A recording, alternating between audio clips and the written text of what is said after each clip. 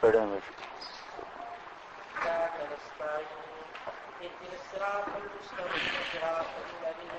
بسم اللہ الرحمن الرحیم. کل کے سبق میں بسم اللہ کے متعلق چند امور میں نے ذکر کیے اور یہ بات چل رہی تھی کہ بسم اللہ میں 3 قسم کے علوم ہیں: علم المبدا اور علم المعاش اور علم المعاد. اور دنیا میں ہیں یہ 3 علم: مبدا کائنات کی ابتدا، اور معاش کائنات کا چلنا، معاش زندگی گزارنا اور زندگی کی ضروریات کا پورا ہونا.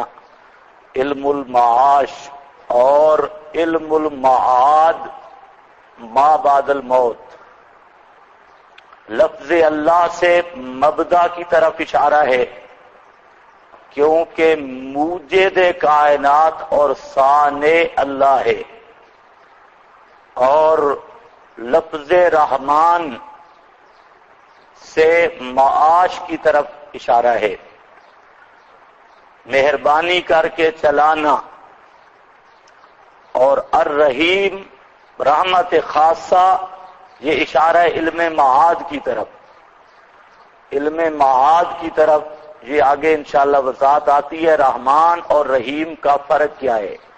تو وہاں آپ سمجھ جائیں گے کہ رحیم کا تعلق آخرت کے ساتھ ہے، تو یہ اشارہ ہے معاد کی طرف. تو تینوں علوم کی طرف اشارہ ہو گیا: مبدا کی طرف، معاش کائنات کی ابتدا اور پھر چلنا، اور پھر ما بعد الموت آخرت. تینوں کی طرف اشارہ ہے. اس سے آپ سمجھ سکتے ہیں کہ لفظ اللہ کے ساتھ الرحمن الرحیم کا انتخاب کیوں کیا گیا. یہ مسئلہ خود بخود حل ہو گیا. آپ اللہ تعالیٰ کے باقی بہت سارے اسماء ہیں، ان میں سے کوئی اسم مبارک بھی جہاں لایا جاتا، مثلا بسم اللہ الغفار، بسم اللہ الملک، بسم اللہ، اور کوئی ساتھ جو بسم اللہ المؤمن، یہ بھی ساری صفات ہیں. ان میں سے کوئی صفت بھی ذکر کی جاتی تو یہ فائدہ حاصل نہیں ہو سکتا تھا.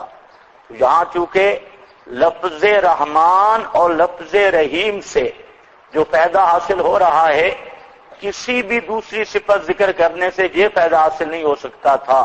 اس لیے اللہ رب العزت نے یہاں پر اپنی 2 صفتوں کو انتخاب کیا، رحمان اور رحیم، تاکہ اشارہ ہو جائے اسی معاش اور معاد کی طرف.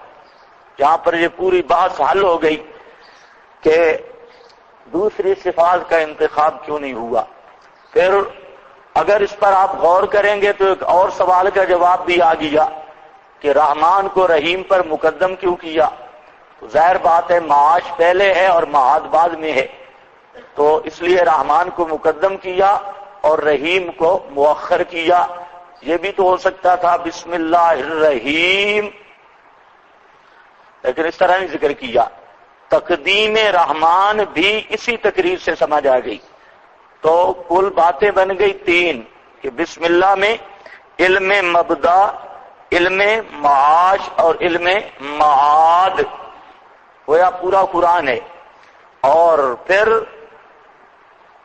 اس سے سوال جو تھا، ہاں بھئی کون سا سوال تھا؟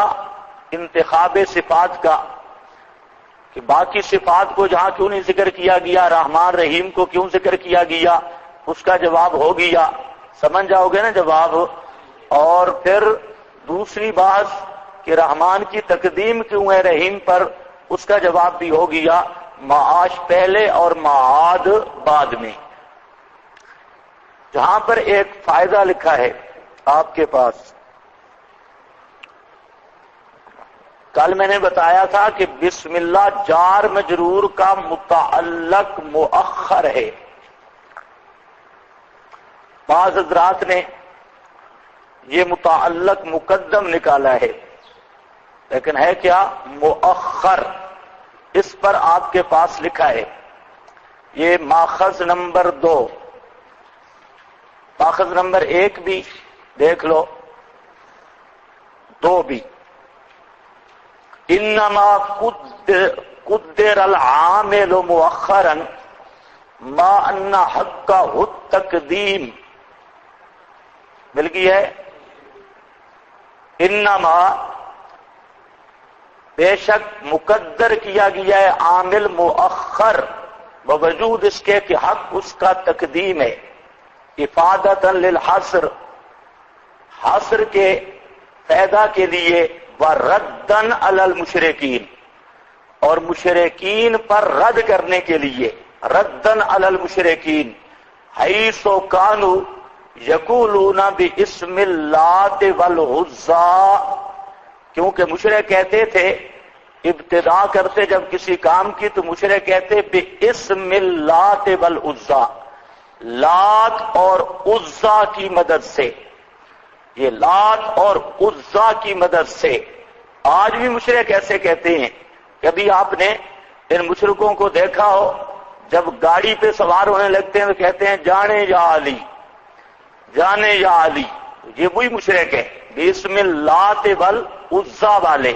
وہ بھی جب کوئی کام عام شروع کرتے تو وہ کہتے کہ لات بادے کی مدد سے اور منات بادے کی مدد سے. وہ عربی مشرک تھے تو وہ باسم اللات والعزیٰ کہتے. اور یہ پنجابی مشرک اور اردو والے مشرک یہ اپنی اپنی بولیاں بولتے ہیں، بولی ایک ہی ہے. یہ بھی کہتے ہیں جانے یا علی، پیران دی برکت، یا پیر، یا دستگیر. آپ کبھی غور کریں جب مشرک گاڑیوں پہ چڑھتے ہیں یا اور کوئی کام شروع کرنے لگتے ہیں تو پیر کا نام لے کر شروع کرتے ہیں اور اپنے بزرگ کا نام لے کر شروع کرتے ہیں. اور یہی کام مکہ کا مشرک کرتا تھا. تو بسم اللہ اس شرک کی تردید کے لیے، ردن علی المشرکین، بسم اللہ سے ہی تردید شروع ہو گئی، مشرکین پر تردید. یعنی قرآن کی بسم اللہ بھی رد مذاہب باطلہ کے لیے ہے. قرآن کی ابتدا بسم اللہ سے ہے نا. اور یہ بھی کس کے لیے ہے؟ صوفیوں کا خیال کرنا. رد علی المشرکین کے لیے کہتے کسی کو کہنا کچھ نہیں. یہ تو قرآن کی بسم اللہ ہے، کہنا کیوں کچھ نہیں؟ قرآن آئے سب کچھ کہنے کے لیے، تو اس لیے ذرا خیال کرنا. بسم اللہ الرحمن الرحیم یہ آ گیا. یہ حوالہ بھی آپ کے پاس لکھا ہے، ملا جمال الجامی. جی وہ کہتے بسم اللات والعزیٰ نفعل کذا، لات اور عزیٰ کے نام سے ہم یہ کام کرتے ہیں. فَيُؤَخِّرُونَ أَفْعَالَهُمْ مِنْ ذِكْرِ مَا اتَّخَذُوهُ مَعْبُودًا تَفْخِيمًا لِشَانِهِ بِالتَّقْدِيمِ فَيَجِبُ عَلَى الْمُوَحِّدِ أَنْ يَعْتَقِدَ ذَلِكَ فِي اسْمِ اللَّهِ تَعَالَى. مشرک لیتے تھے اپنے بزرگوں کے نام، ان سے ابتدا کرتے تھے. تو اللہ نے فرمایا کہ مواحد کا حق یہ ہے کہ وہ اپنے معبود کا نام لے، اللہ کا نام لے کر اپنا کام شروع کرے. تو یہ مقصد ہے. یہ میں جہاں اتنا عرض کر رہا ہوں کہ یہ جو تاخیر عامل کا مسئلہ ہے یہ صرف مولانا حسین علی رحمہ اللہ کا نہیں، یہ اہل نحو نے اور جتنے نحوی ہیں محققین وہ بھی اسی کے قائل ہیں. وہ جو کل بات چلی تھی کہ جار مجرور کا متعلق جو ہے وہ مؤخر ہے، اور معنی کیا کیا تھا؟ اثر والا، کہ اللہ ہی کے مدد سے، اللہ ہی کی مدد سے. تو اس پر یہ تائید آپ کے پاس لکھی ہے. اسی طرح وہ ماخذ نمبر 1 بھی لکھا ہے فَيَقُولُونَ بِاسْمِ اللَّاتِ وَبِاسْمِ الْعُزَّى فَوَجَبَ این یقصد المواحد معنی اختصاص اسم اللہ عز وجل بالابتداء وذا بتقدیم ہی و تاخیر الفعل. مدارک اور کشاف کا حوالہ ہے. یہاں پر بھی وہی بات آ گئی کہ وہ کانو یبدؤون باسماء آلہتہم، مشرکین ابتدا کرتے تھے اپنے الہوں کے نام سے. فیقولون، بس وہ کہتے تھے باسم اللات و باسم العزیٰ، لات اور عزیٰ کے نام سے. فوجب ان یقصد المواحد، پس یہ واجب ہو گیا کہ قصد کرے مواحد آدمی معنی اختصاص اسم اللہ، اللہ کے نام کے اختصاص کا بالابتداء و ذا تقدیم ہی و تاخیر الفعل، اور یہ اختصاص جو ہے یہ حاصل ہوگا تقدیم فعل کے ساتھ. اور تقدیم فعل یعنی اس کی جب تاخیر ہو جائے گی نا جار مجرور سے متعلق کی، تو یہ اسی سے تقدیم و محق تاخیر سے اثر والا معنی پیدا ہو جائے گا. تو معنی یہ ہوگا اللہ ہی کی مدد سے شروع کرتے ہیں. ہم نے کیا معنی کیا تھا؟ استعینوا نکالا، اللہ سے ہی مدد مانگو، مدد صرف اللہ ہی سے مانگو، یہ ہم نے نکالا. اچھا جی، یہ ہو گیا. بسم اللہ.